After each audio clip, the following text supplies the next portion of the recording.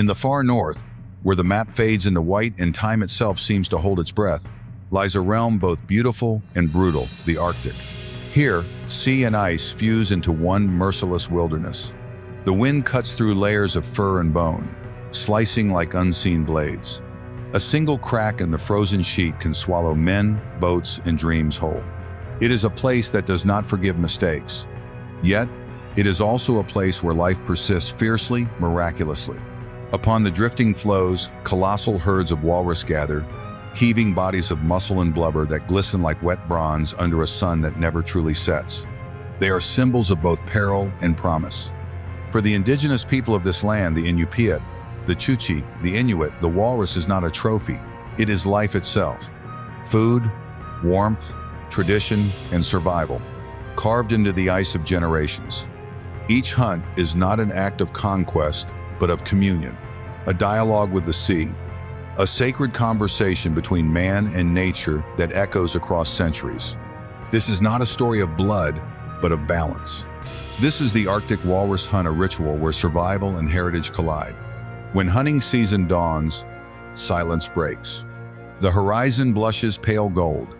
Beneath a thin Sunday, wooden skiffs and motor canoes line the shore, their hulls crusted with frost. The hunters move with quiet precision, men shaped by wind and tide, their faces carved by salt and cold. Each tool has its place. Rifles cleaned and oiled, harpoons sharpened, ropes coiled tight, ready for the pull of something larger than life. They dress not for comfort, but endurance, layers of sealskin, caribou hide, and the unyielding faith that the sea will not turn against them today. The air is heavy with purpose. The elders watch from a distance, their eyes holding memories of hunts past when boats were made of driftwood and skin, and guidance came not from GPS, but from stars and instinct. Now, engines hum, cutting through the morning fog. The hunters push their boats into the fractured sea, paddling through fields of ice that shimmer like broken glass. The Arctic awakens, seals slide off floes, gulls cry from above, and beneath, the deep groan of shifting ice speaks in ancient tongues. Every voyage begins the same, with silence, prayer, and the taste of salt on the lips. Out here, time slows. The horizon stretches endless, and patience becomes as vital as breath. Eyes sharpened by generations scan the floating ice for signs, the glint of tusks, the heave of bodies sprawled on the floes. Targets are never chosen lightly. Hunters seek the old bulls, scarred veterans weighing up to 2,600 pounds, giants, capable of shattering ice and repelling polar bears. To face one is to gamble with both strength and fate. The moment arrives without warning, a breath, a signal. Engines cut, the world holds still. Rifle raised, the hunter exhales, and in that heartbeat between courage and consequence, the Arctic decides. A single shot cracks the silence. The walrus bellows, the sea erupts in chaos. Waves slap the ice, ropes fly. Men shout above the roar of the wind. Steel meets hide, rope strains under the weight of the creature. One slip, one delay, and the hunter could vanish into the freezing dark. Teamwork is everything. One man pulls, another steadies. Blood stains the snow, melting into the blue beneath. Then, as quickly as it began, the sea stills again. The walrus lies quiet, a titan returned to the deep in spirit, its body now part of the cycle of life and survival. Every hunt is a prayer answered or denied. To understand the hunt, one must first understand the hunted. The walrus, Odobenus rosmarus, Latin for tooth-walking seahorse. It is a creature born of paradox, immense yet graceful, fierce yet tender, a symbol of both majesty and vulnerability. A full-grown bull can weigh over a ton and stretch 10 feet in length. Its tusks, long as a man's arm, are not mere weapons but tools used to haul its vast body onto ice, to break through breathing holes, to defend its kin from predators. Beneath its wrinkled hide lies a fortress of blubber up to 6 inches thick, storing energy that sustains it through months of darkness. Its whiskers, sensitive as fingertips, feel along the seafloor for clams and shellfish, the quiet harvest of the Arctic deep. But the walrus is more than biology. It is story, spirit, sustenance. Its image dances on ancient carvings, painted on drums, whispered in lullabies sung by mothers as the polar wind howls outside. For the people of the North, to know the walrus is to know the rhythm of the sea itself. The hardest work begins after the shot.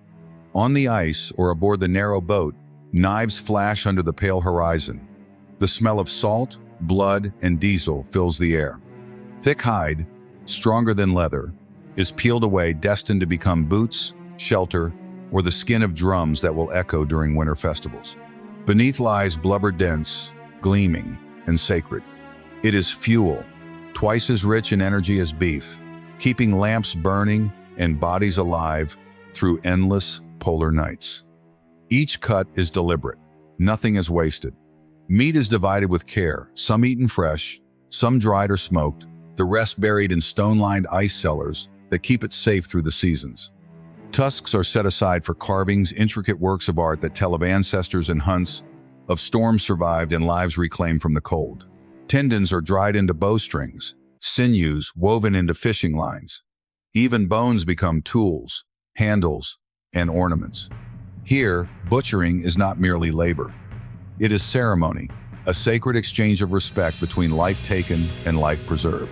When the hunters return, the Arctic hush gives way to sound laughter, footsteps, the hum of life returning. Children run to greet them, eyes wide at the sight of the massive creature hauled ashore. Fires glow brighter that night. Lamps flicker with new oil, casting amber light upon faces that have braved the sea's edge. The air fills with a scent of sizzling meat, a perfume of survival sweeter than any wealth. Around the fire, families gather to share not only food but memory. Elders speak of hunts from long ago, of storms survived by inches, of comrades lost to the cold, of lessons carved deep into the ice. The meat sustains bodies. The stories sustain souls. And so the cycle endures. Life from death, gratitude from danger, community from the silence of the sea. To the outsider, the walrus hunt may seem harsh, a relic of a bygone world.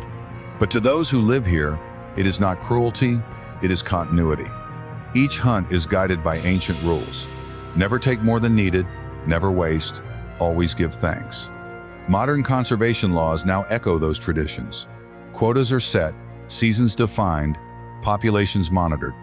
Yet long before science arrived, these people already understood sustainability not as a policy, but as a moral law. In the Arctic, balance is everything.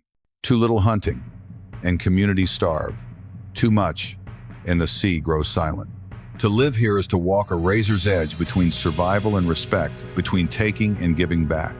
As the climate warms and ice retreats, the walrus drifts further north, following the vanishing edge of its world. And the hunters follow too, not in pursuit of greed, but in pursuit of meaning, holding fast to traditions that remind them who they are. In the Arctic, fortune is measured not in gold, but in endurance, in how long a family can outlast the cold, in how deeply a people can stay true to their roots. Each hunt, each story, each act of reverence becomes a thread in the great fabric of survival. The hunters do not see themselves as conquerors of nature, but as her children bound to her rhythms, humbled by her power. When night falls, the northern lights sweep across the sky, ribbons of fire dancing over a world of ice. Below, the sea whispers through cracks in the floes, carrying with it the eternal voice of balance. Give, take, and remember. The Arctic endures because its people endure. And through their stories, their hunts, and their unbroken spirit, so too does the bond between man and ice. So as you watch, remember, this is not the end of the world. It is the edge of it. And those who live here, they live not for fortune, but for legacy. If this story moved, you share it, like it, subscribe.